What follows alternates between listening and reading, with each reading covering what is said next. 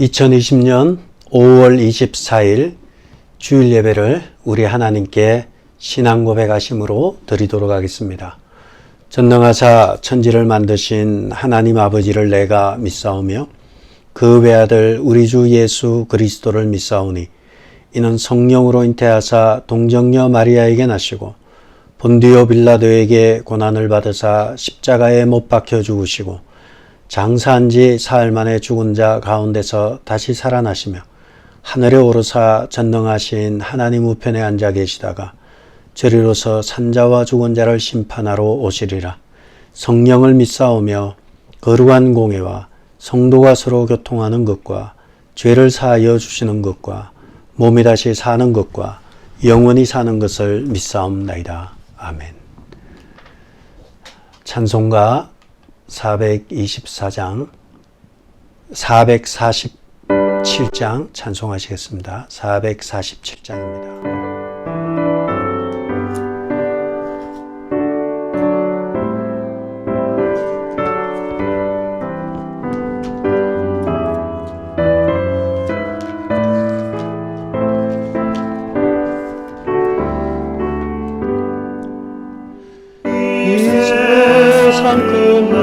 끝날까지 주 섬겨 살리니 내 친구 되신 주여 늘 함께 하소서. 주 나와 함께 하면 전쟁도 거벗고 주 나를 인도하면 늘 완심하리라. 주를 따를 때에 주 약속하신 것 그 영광 중에 모두 이루어 주소서. 나 주의 뒤를 따라 섬기며 살리니 그 크신 은혜 속에 날 인도하소서.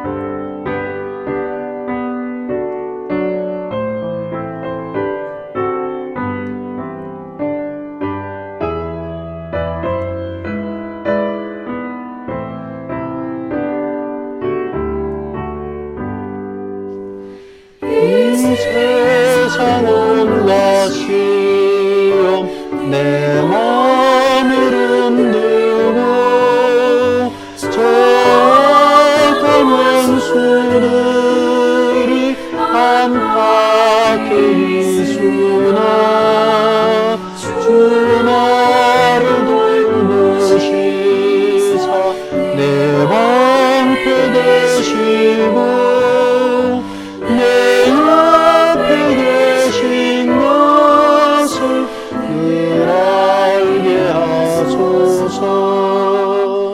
저 영광 빛난 곳에 주 오래 됐으니 그 오래가신 곳을 늘 사모합니다.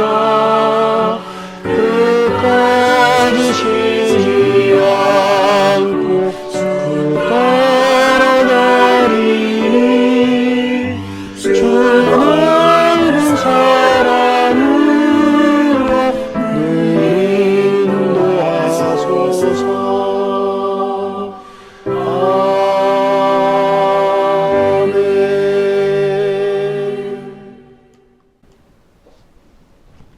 이 시간 교회 소식을 알려드리겠습니다. 교회 소식입니다.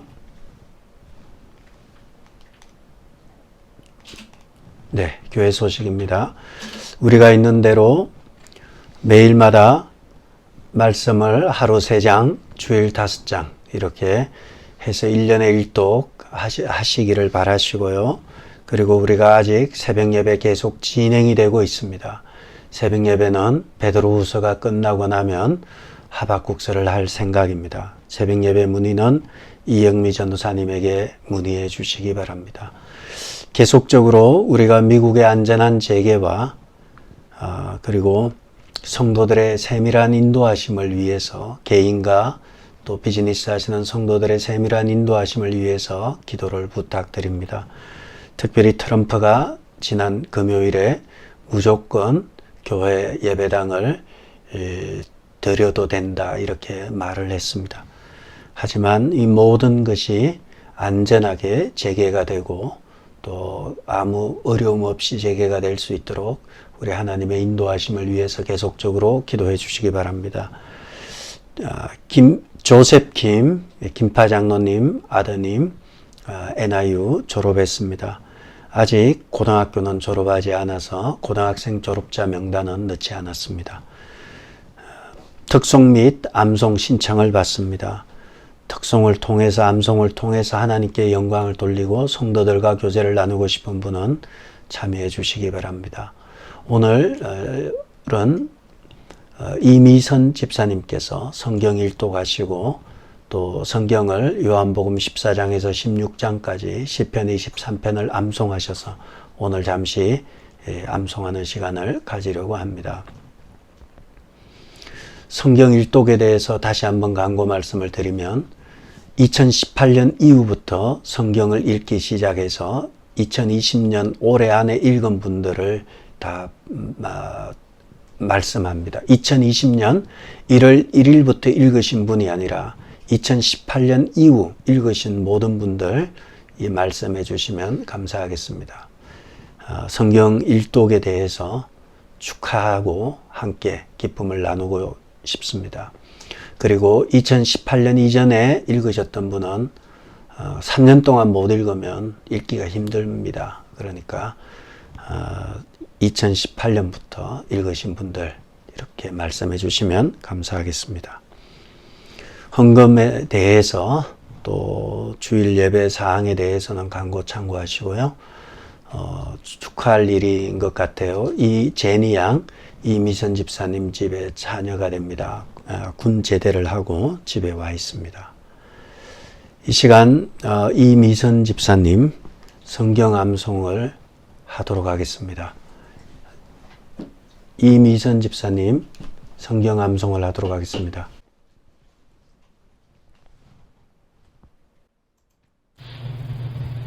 여호와는 나의 목자시니 내게 부족함이 없으리로다. 그가 나를 푸른 초장에 누이시며 쉴만한 물가로 인도하시는도다. 내 영혼을 소생시키시고 자기 이름을 위하여 의의 길로 인도하시는도다. 내가 사망의 음침한 골짜기로 다닐지라도 해를 두려워하지 않을 것은 주께서 나와 함께 하시니라. 주의 지팡이와 막대기가 나를 안위하시나이다. 주께서 내 원수의 목전에서 내게 상을 차려주시고 기름을 내 머리에 부으셨으니 내 잔이 넘치나이다. 내 평생의 선하심과 인자하심이 반드시 나를 따르리니 내가 여호와의 집에 영원히 살리로다. 아멘. 아멘. 오늘 사진에 보고 있는 이충길 전도사님 왼쪽이고요. 그리고 중간에 계신 분이 이미선 집사님, 그리고 오른쪽이 군을 제대한 제니 양입니다. 이 시간 우리 예배를 위해서 이성재 집사님 대표로 기도해 주시겠습니다. 너희는 이 세대를 본받지 말고 오직 마음을 새롭게 함으로 변화를 받아 하나님의 선하시고 기뻐하시고 온전하신 뜻이 무엇인지 분별하도록 하라. 아멘. Dear Heavenly Father, thank you for gathering us here again to worship you. Even though we're not together physically, we are together in our spirits, in our hearts, and in your name. As we remain in our homes, away from work, away from friends, and away from the rest of the church to ensure that we survive this pandemic, we pray that you stay with us. We also pray that we stay with you, not stray from you. During these trying times of protecting ourselves from our others behind a mask and a pair of gloves, we realize that we need to reach out to you with our prayers, to reach out and touch you with our hearts, to reach out and connect with you with our spirits. We are especially vulnerable during these times away from the church. We pray that does not mean we're disconnected from you. While we're away, it's hard to see you. It's hard to hear you. It is harder to feel you. Please give us sight each day to see our own selves in the mirror, to see what we are becoming. Please give us hearing each day to hear what our own mouths say to others. Please open up our hearts to feel what others are feeling from us. Dear Father, do enable Reverend Isangman so that he can show us how we can renew our minds by better understanding your words. Do bless him and his family with safety and health so that they all can demonstrate how our family can live by your words. Dear Father, also bless 전도사님들 so that they continue to be safe and healthy while demonstrating how living by your words can help our minds be transformed. Dear Father, do keep every member of this congregation safe so that they all can protect their family's health while living per your words every day. As we seek your blessings every day of our lives and await for the second coming of Jesus, we cannot say enough of thank you, Lord. This prayer was offered in the name of Jesus Christ. Amen. 아멘. 이성재 집사님 기도 감사드립니다. 기도한 대로 하나님께서 응답해 주실 줄 믿습니다. 이 시간 베드로 후서 2장 1절에서 9절까지 말씀을 같이 보도록 하겠습니다. 베드로 후서 2장 1절에서 9절까지 말씀입니다. 같이 읽겠습니다. 그러나 백성 가운데 또한 거짓 선지자들이 일어났었나니 이와 같이 너희 중에도 거짓 선생들이 있으리라. 그들은 멸망하게 할 이단을 가만히 끌어들여 자기들을 사신 주를 부인하고 임박한 멸망을 스스로 취하는 자들이라. 여럿이 그들의 호색하는 것을 따르리니 이로 말미암아 진리의 도가 비방을 받을 것이요 그들이 탐심으로서 지어낸 말을 가지고 너희로 이득을 삼으니 그들의 심판은 옛적부터 지체하지 아니하며 그들의 멸망은 잠들지 아니하느니라. 하나님이 범죄한 천사들을 용서하지 아니하시고 지옥에 던져 어두운 구덩이에 두어 심판 때까지 지키게 하셨으며 옛 세상을 용서하지 아니하시고 오직 의를 전파하는 노아와 7 식구들 보존하시고 경건하지 아니한 자들을 세상에 홍수를 내리셨으며 그 후로 다시 사람의 정욕을 따르지 않고 하나님의 뜻을 따라 육체의 남은 때를 살게 하려 함이라. 소돔과 고모라 성을 멸망하기로 정하여 재가 되게 하사 후세에 경건하지 아니할 자들에게 본을 삼으셨으며 무법한 자들의 음란한 행실로 말미암아 고통당하는 의로운 롯을 건지셨으니 이는 이 의인이 그들 중에 거하여 날마다 저 불법한 행실을 보고 들음으로 그 의로운 심령이 상하니라. 주께서 경건한 자는 시험에서 건지실 줄 아시고 불의한 자는 형벌 아래에 두어 심판 날까지 지키시며 9절까지 같이 말씀을 보았습니다. 여러분 우리가 새벽 기도회 때 베드로 전서를 가지고 하였고 이제 베드로 후서를 가지고 며칠 전부터 하였습니다. 베드로 전서는 외부의 박해와 환난을 당하는 성도들을 대상으로 하고 있는 반면에 베드로 후서는 내부의 문제를 지적하고 있습니다. 교회는 외부의 문제보다 내부의 문제가 더 심각하고 교회는 외부의 핍박보다 내부의 총질이 더 아프고 훨씬 아픕니다. 교회에 대한 비판은 불신자들의 비판보다는 신자들의 비판이 살을 도려내는 듯이 아픕니다. 베드로 당시 내부의 거짓 선지자와 거짓 선생들이 나타나서 교회를 어지럽게 하고 있습니다.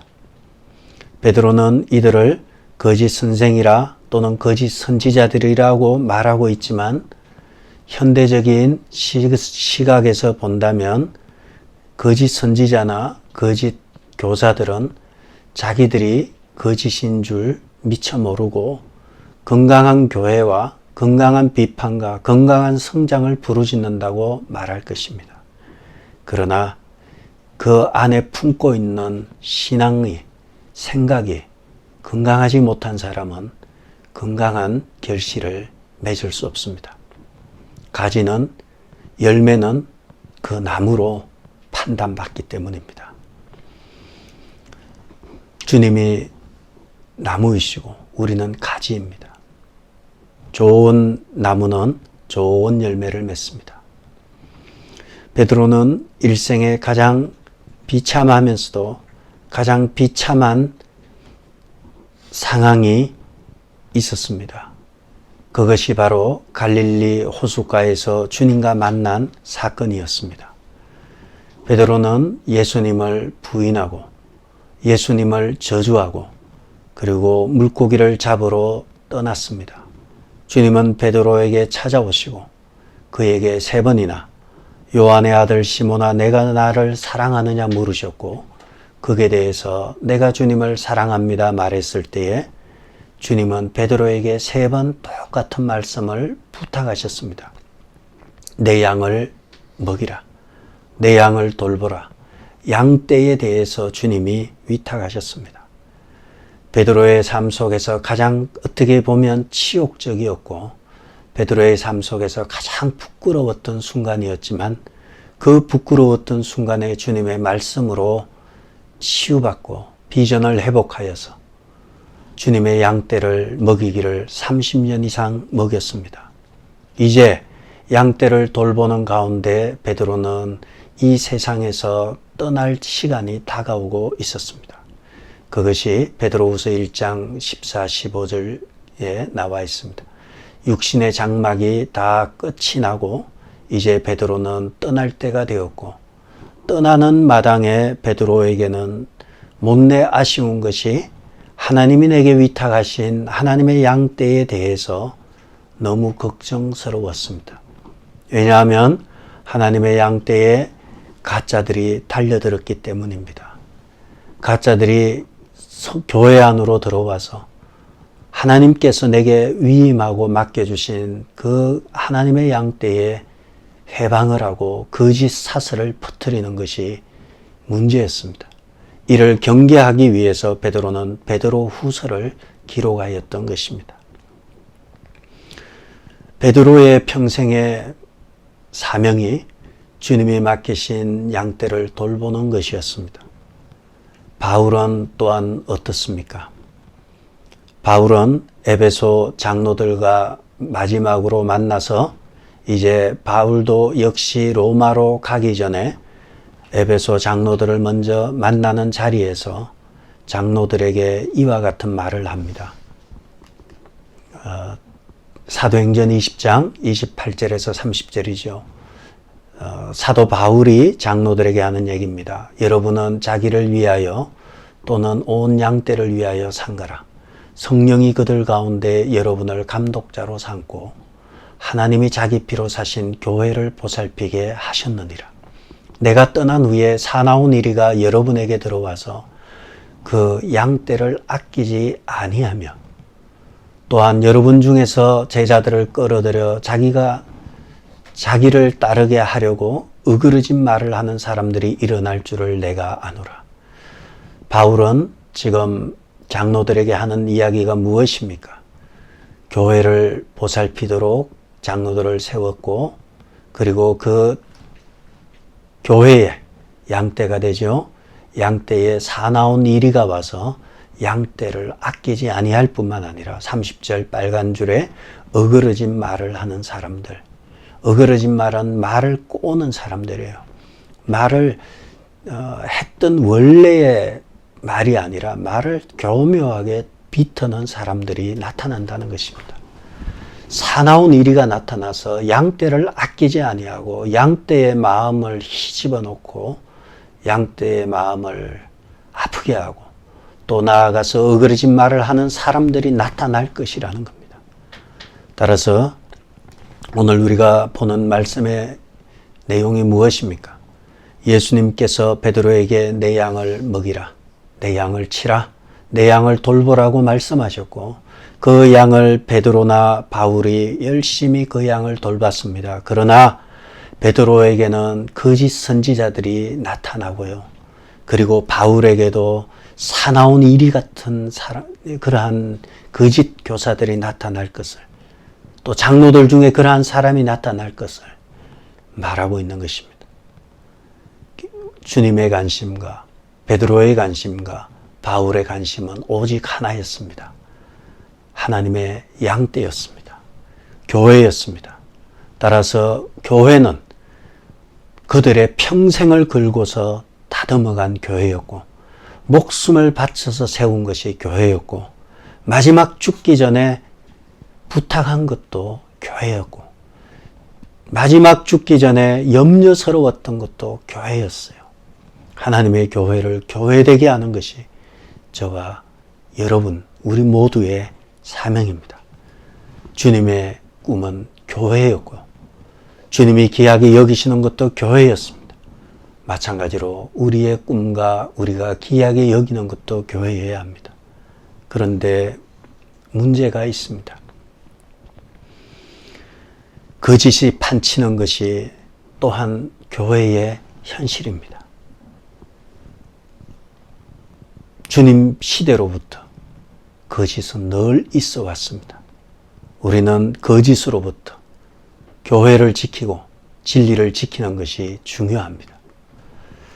먼저 그렇다면 거짓 선지자들의 특징을 같이 보도록 하겠습니다. 1절과 3절에 보면 거짓 선지자들, 저기 보면 빨간 것으로 나왔죠. 거짓 선지자들이 나타나는데 그들은 거짓 선생들도 나오고요. 그리고 그들은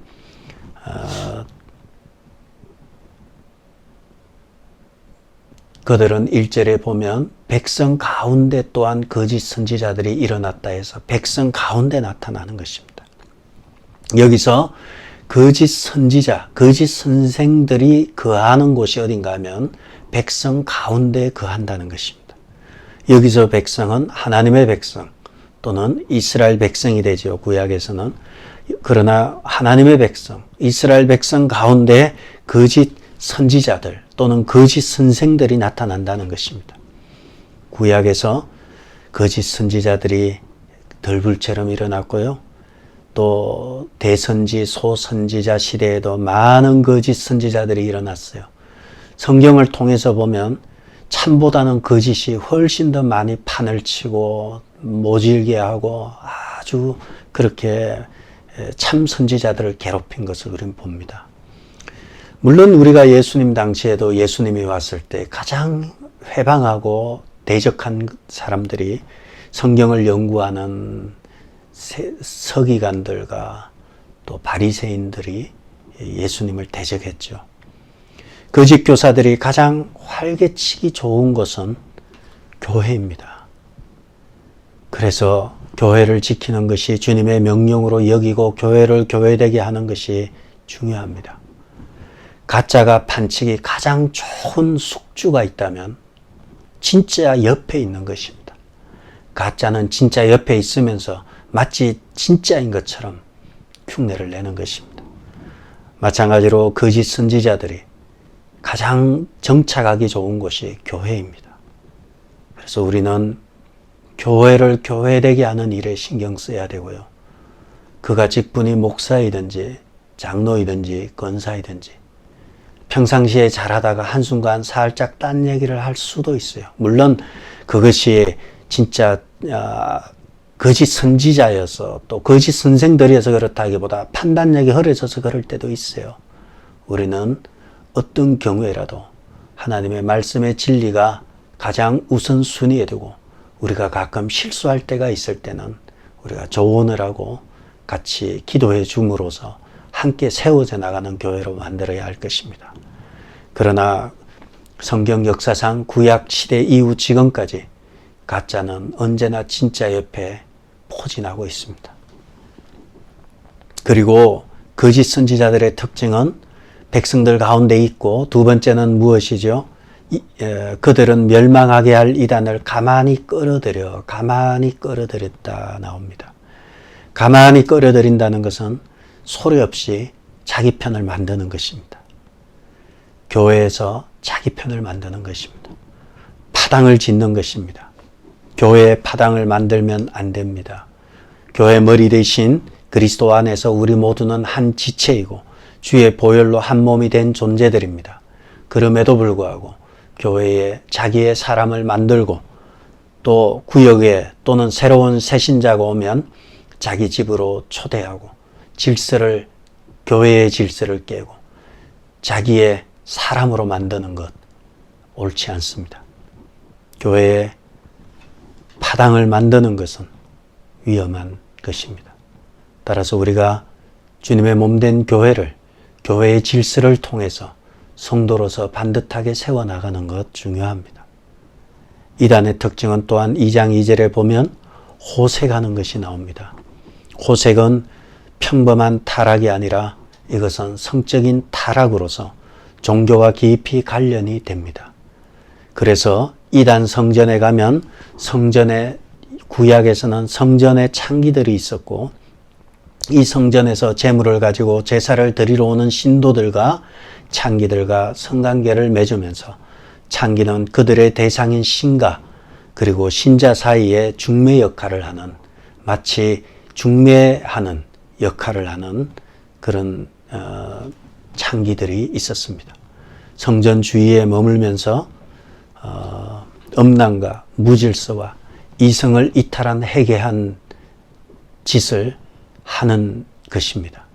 따라서 거짓 선지자들의 특징은 보편적이고 상식적인 것을 깨고 해괴한 짓을 하고 무질서하고 이성을 벗어난 행동을 하고 음란한 행동을 하는 것이 거짓 선지자들의 특징입니다. 또한 거짓 선지자들은 탐심이 있습니다. 3절에 보면 그들이 탐심으로서 지어낸 말을 가지고 너희로 이득을 삼으니 그들은 탐욕이 뿌리박혀 있습니다.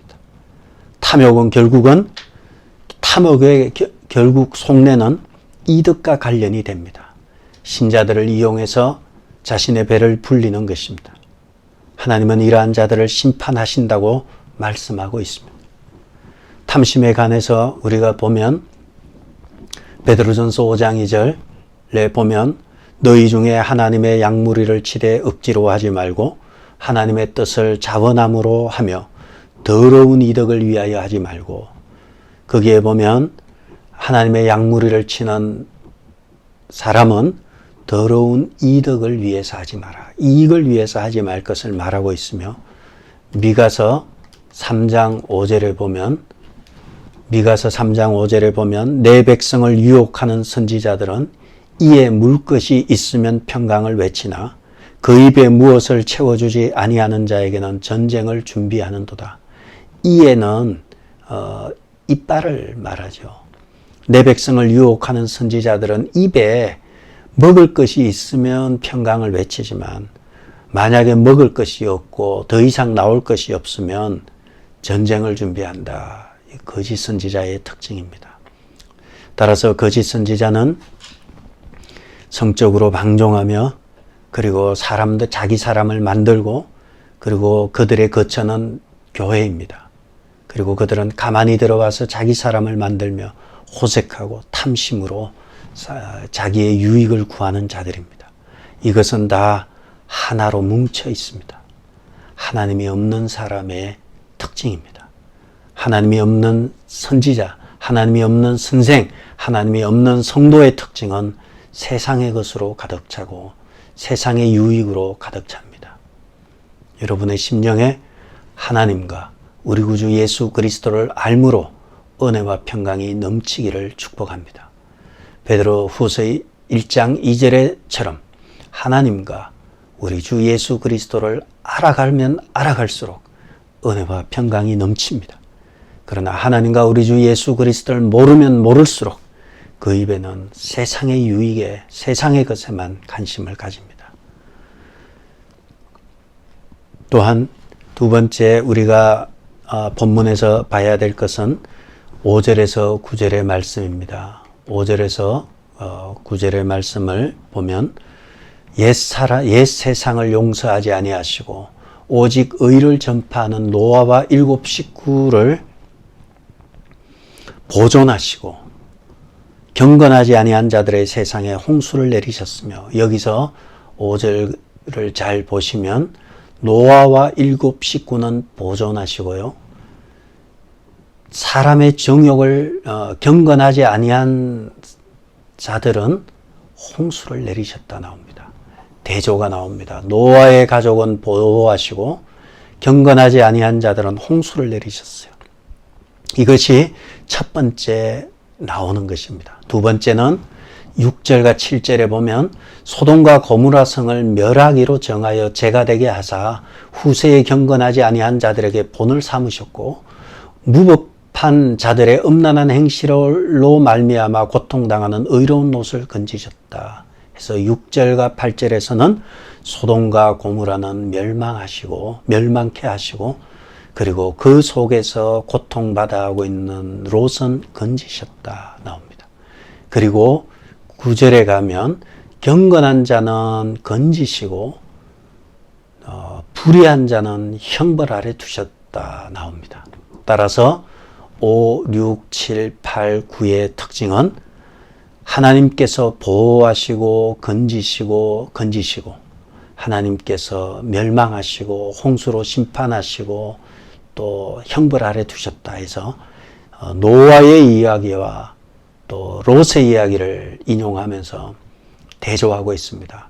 노아는 보존하시고 경건하지 아니한 자들은 홍수 가운데 두시고 롯은 구원하시고 건지시고 소돔과 고모라는 멸망하셨다. 따라서 이와 같이 경건한 자는 건지실 것이고 불의한 자는 형벌 아래 두어서 심판하신다는 것입니다.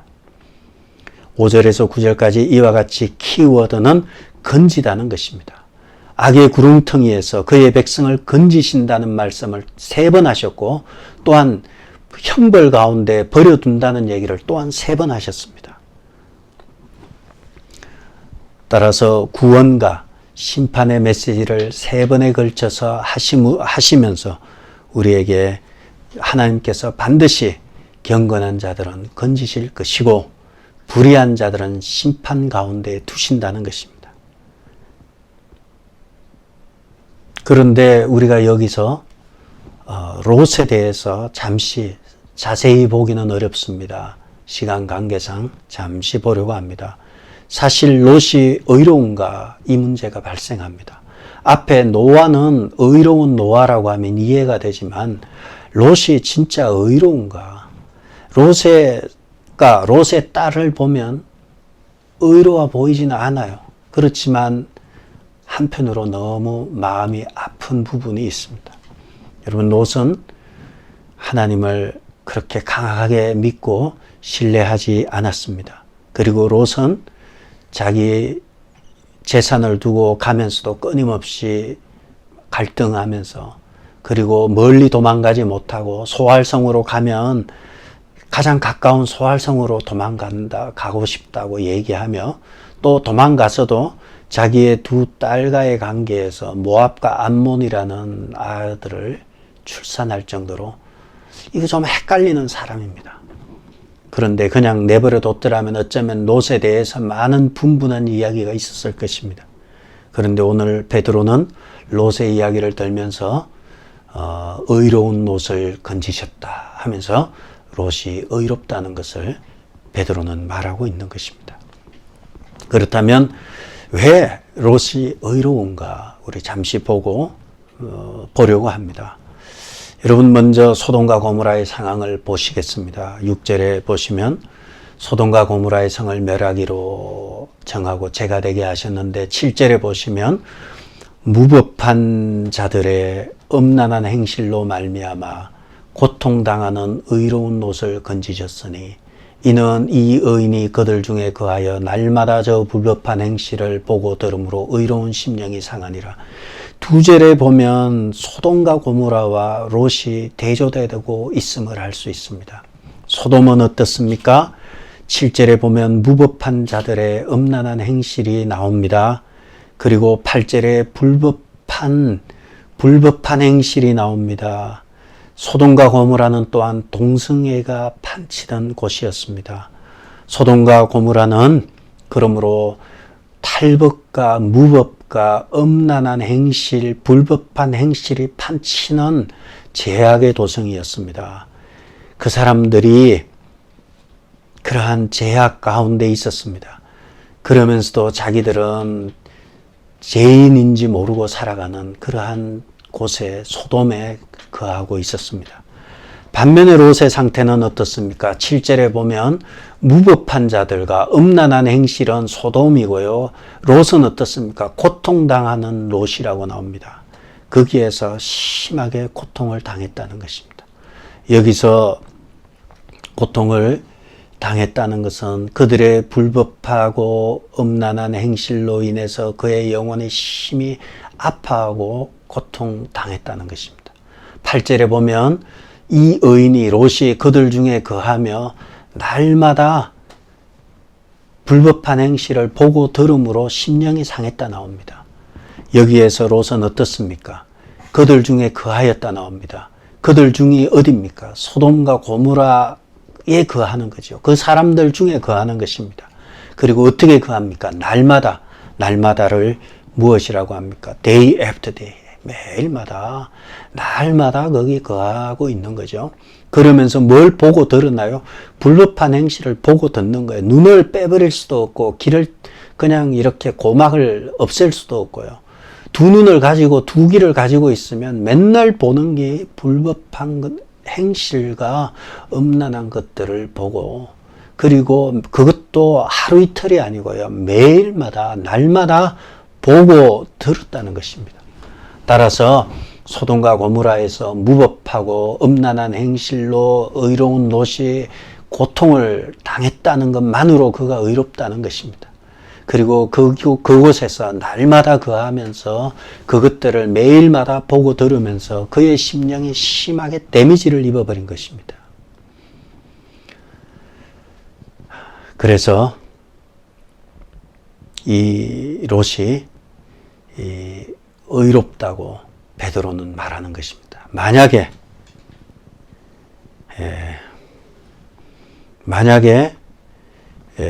롯이 그곳에 살면서 그 사람들하고 같이 섞여서 살아갔다면 그는 고통받지 않았을 것입니다. 그도 소돔과 고모라의 사람들 중에 한 사람으로 살아갔을 것입니다. 그러나 그는 그곳에 있으면서 고통받았어요. 고통받은 이유가 불법한 행실로 인해서 심령이 상한 거예요. 그 불의한 것으로 인해서 너무너무 마음이 아프고 고통받아 했다는 것입니다. 그가 그곳에 살면서 그곳에 동화되지 않고 그곳에 살면서 아파하고 심령이 상한 것은 그것이 베드로가 의롭다고 롯을 인정한 것입니다. 의인이 아니었다면 그는 동화되어서 같이 죄짓고 살아갔을 것입니다. 그곳에서 주님은 건져냈던 것입니다. 오늘날 우리가 살아가고 있는 이 도성, 소돔과 같은 도성입니다. 우리에게는 죄라는 기준이 살인과 뭐 이런 큰 거 외에는 성적인 죄는 더 이상 죄로 보는 것이 없는 것 같아요. 물론 뭐 강제 추행이나 강간이나 이건 죄죠. 그러나 두 사람 합의하에 하는 어떤 성행위도 그것이 동성이 됐든 뭐가 됐든 다 합법이고요. 그리고 교회 안에서도 우리 교단은 그렇지 않지만 미국의 가장 큰 장로교단 안에서도 남자와 여자 간의 관계를 부부로 남자와 여자 간의 사이를 부부관계로 보지 아니하고 두 사람 간의 관계를 부부관계로 정의를 바꿔버리면서 동성 간에도 부부가 될 수 있는 길을 교회에서 열었고 그 큰 교단에서 그것을 열므로 인해서 다른 작은 중소교단에까지 영향을 미치게 되었습니다. 여러분, 소돔과 고모라는 오늘날 소돔과 고모라 같이 어린아이로부터 노인에 이르기까지 더 이상 우리에게는 어른이 없는 세상, 서성이 없는 세상, 지도자가 없는 세상이 되어버렸습니다. 온통 제약이 만연하고 신앙과 제약이 섞여서 이제는 무엇이 신앙이고 무엇이 제약인지 구분도 되지 않아요. 교회에서, 교단에서 이것을 합법화하면서 더 이상 우리는 뭐가 죄고 뭐가 죄가 아닌 것도 혼돈스러운 단계까지 와 있습니다. 여러분, 세상은 답이 없습니다. 세상은 고쳐질 것 같습니까? 여러분, 세상이 고쳐질 것 같습니까? 세상을 들여다보면 들여다볼수록 고침받기가 어렵습니다. 결국은 이 세상은 주님이 오셔야지, 주님이 오셔서 경건한 그들의 백성을 구원하셔야만 합니다. 이 제약에서, 이 제약의 도성에서 사는 길은 주님이 오셔서 우리를 구원해 내셔야 하는 것입니다. 하나님은 경건한 자들을 시험에서 건지실 것이고, 그리고 불의한 자는 형벌 아래 두어 심판날까지 두실 것입니다. 오늘날 너무 우리는 소돔과 같은 도성에 살고 있습니다. 왜 그렇습니까? 날마다 거하면서 보고 듣는 것이 다이기 때문입니다. 그러다 보니까 아버지와의 관계에서 모압과 암몬을 낳고 하는 이 모든 것은 정상적인 양심을 가진 여자들이었다면 생각조차 하지 않았을 것입니다. 그들이 의롭다 하더라도 그 문화 속에 살면서 무엇이 죄고 무엇이 죄고 아닌가조차도 잃어버리고 이제는 혼재되어 있기 때문입니다. 오늘날 사단은 세상의 문화를 통해서 우는 사자같이 두루다니며 산길자를 찾고 있습니다. 공중권세 잡은 사탄이 할 수만 있으면 우리를 삼키려고 합니다. 그래서 세상의 문화와 세상의 명예와 세상의 탐욕과 세상의 음란한 영을 통해서 이 세상의 것으로 우리의 영혼을 갉아먹고 장악하고 있습니다. 아주 심각한 수준까지 장악하여 왔지만 우리는 세상 사람 비슷하게 살아가고 있습니다. 이것이 우리의 현대의 영적인 자표입니다. 세상의 제약은 가속도가 붙어서 마지막을 향해서 전속력으로 달려갑니다. 브레이크가 고장난 미친 기차처럼 어떤 브레이크도 없이 세상은 제약을 향해서 마지막을 향해서 달려갑니다. 그래서 우리에게는 주님이 믿음이 다하기 전에 우리의 믿음이 다하기 전에 주님이 오셔야 합니다. 주님이 오셔서 고통받는 의로운 백성을 건지셔야 합니다. 그렇지 않으면 우리는 너무 절망적이고 너무 소망이 없습니다. 우리의 소망은 주님이 오셔야 합니다. 인류의 소망이신 우리 주님이 다시 오실, 다시 재림하실, 다시 강림하실 그날을 소망하면서 이 땅에서 나그네와 행인과 같이 살아야 할 것입니다. 또한 우리는 이 땅에서 해야 될 사명이 있습니다. 주님이 주신 사명, 바울이 평생을 몸바쳤던 사명, 그것은 이 땅을 치유할 사명이 우리에게 있습니다. 눈에 뭐가 씌어서 초점을 잃어버리고 악한 영에 사로잡힌 자들을 구원해 내는 것, 생명줄을 던져서 건져내어서 주님의 교회에 온전한 성도로 세워가는 것이 우리의 일입니다. 이를 위해서 여러분은 여러분의 자신을 내어놓고 성도들을 구원하고 연약한 자들을 세워가고 힘없는 자들에게 새 힘을 주는 일을 기꺼이 해야 합니다. 이것은 전쟁입니다.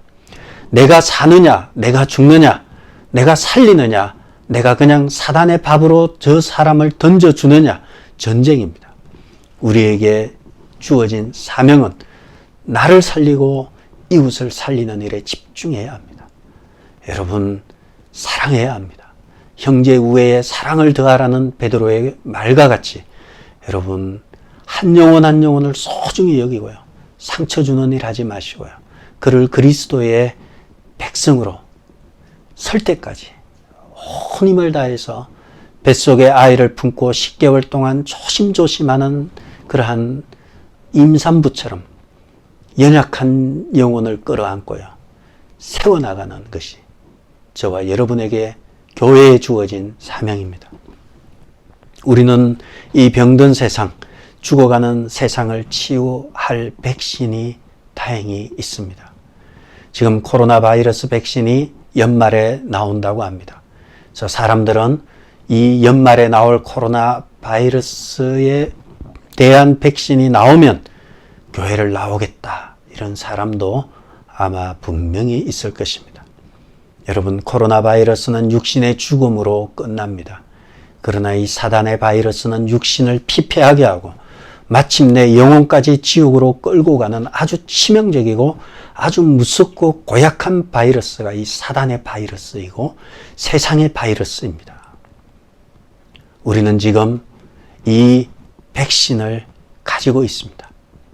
세상을 치유하고 그리고 세상을 회복하고 하나님의 나라로 가꾸어갈 아주 훌륭하고 완벽한 백신을 우리는 가지고 있습니다. 너무나 황홀하고 너무나 완벽한 백신, 인류의 소망이시고 우리의 구세주이신 예수 그리스도가 그 백신입니다. 우리의 육신과 우리의 이 세상에 있는 모든 것을 치유할 뿐만 아니라 다가오는 영원한 하나님 나라에 다다를 수 있는 놀라운 백신이 우리 주님입니다. 예수님이라는 백신을 맞으면 사망에서 생명으로 옮겨지고요. 죄악의 구렁텅이에서 건짐을 받으며 이 땅에서도 또한 삶의 강한 동기를 가지고 하늘의 소망을 가지며 나아갈 수 있는 그 백신은 영원하고 그리고 확실하고 그리고 한 번 맞으면 영원히 가는 그 귀한 백신, 우리 주님입니다. 주님, 우리는 이 예수 그리스도의 백신으로 나를 치유하고요. 여러분을 치유하고요. 우리는 이 예수 그리스도의 백신으로 가족을 치유하고 이웃을 치유하며 그리고 우리는 예수 그리스도의 백신으로 마침내 세상을 구원하는 일을 해야 합니다. 우리는 이 귀한 백신을 가지고 있으면서 그냥 많은 바이러스 중에 하나인 코로나 이 백신만을 기다리면서 있는 것이 우리의 모습입니다. 당연히 기다려야 되죠. 그러나 우리는 더 큰 백신을 가지고 있습니다. 자부심을 가지고요. 이 귀한 인류의 소망이신 예수 그리스도를 가지고 믿음으로 사시기 바랍니다. 그렇게 하면 우리에게 예수님으로 인해서 의롭다 인정을 받으며 세상을 향한 긍휼의 눈을 가지고 살아간다면 하나님께서 타락한 노아 시대에 의로운 노아를 구원해 내셨듯이 하나님이 타락한 소돔과 고모라 시대에 의인 롯을 구원해 내셨듯이 오늘날에도 타락한 소돔과 같고 음란하고 타락한 이 세상에서 의로운 여러분을 반드시 구원해 내실 것입니다. 또한 우리에게는 기쁜 소식이 있습니다. 그것은 바로 교회가 있습니다. 롯 당시였다면 우리가 혼자서 힘겹게 고통받고 아파했을 것입니다. 그러나 우리에게는 예수님께서 주신 양떼로 주신 교회가 있고요. 그 교회를 위해서 베드로가 수고하고 바울이 수고하고 수많은 사람들이 교회를 위해서 헌신하고 순교까지 하면서 세워진 이 귀한 교회, 우리와 함께 기도하며 함께 짐을 지고 함께 귀한 영적 가족들이 있는 교회가 있습니다. 주님이 꿈꾸신 교회입니다.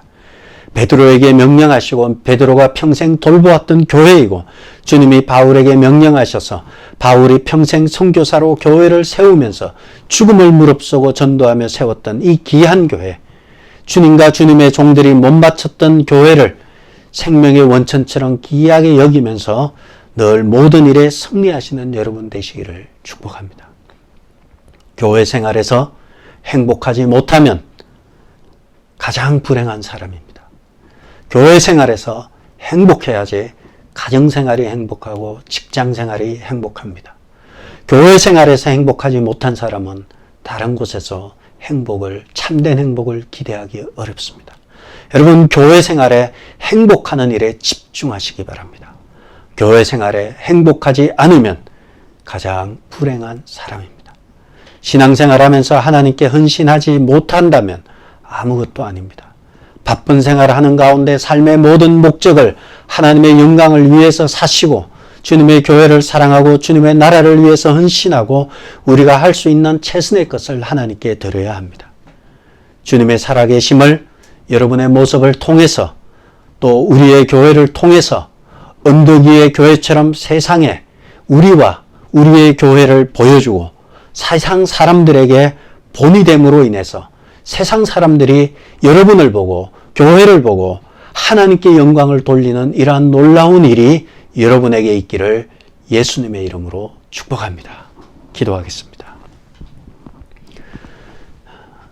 사랑하시는 아버지 하나님, 하나님께서 고통받는 의로운 옷을 구하시고 노아의 시대에서 그 타락한 노아의 시대에서 노아를 구하시고 또 오늘날 같이 정말 답이 없는 세상에서 의로운 주의 백성들을 구원하실 줄 확신하고 믿습니다. 아버지 하나님, 우리가 주님의 구원을 다시 오심을 소망하면서 이 땅에서 아버지 하나님 주님의 몸된 교회를 위해서 그리고 성도들을 위해서 우리 모두가 하나가 되어서 교회에서 주님이 주시는 기쁨을 누리고 승리하며 살아가게 도와주시고 교회에서 누리는 이 참된 행복감과 기쁨으로 인해서 가정이 행복하고 직장이 행복하고 사업자가 행복하게 도와주시옵소서. 의로운 옷을 건지신 것처럼 저희들을 구원해 주시며 세상에 날마다 보고 들음으로 우리의 심령이 상하지 아니하도록 우리의 심령이 말씀을 통해서 힘을 얻고 교회에서 힘을 얻고 기도를 통해서 힘을 얻어서 매일매일마다 세상에 살면서 세상에 동화되지 아니하고 세상 속의 그리스도인으로서 세상을 변혁시켜 나가고 세상에 변화를 주고 세상에 도전을 주어서 세상 사람들이 우리와 또 우리 성도들과 교회를 보고서 하나님께 영광을 돌려드리는 귀한 성도들과 또 가족들과 교회들 되게 도와 주시옵소서. 예수님의 이름으로 기도드렸습니다. 아멘. 이제는 우리 주 예수 그리스도의 은혜와 하나님의 크신 사랑과 성령님의 감동 위로 교통하심이 주님의 재림을 소망하고 이 땅에서 하나님의 백성으로서 세상 속에서 그리스도인의 사명을 감당하며 살아가기로 작정하는 사랑하는 귀한 주의 자녀들 머리 위에 지금으로부터 영원토록 함께 있을지어다. 아멘. 이번 한 주 동안에도 하나님께서 여러분의 삶을 인도하시고 축복해 주시기를 주의 이름으로 축복합니다. 할렐루야.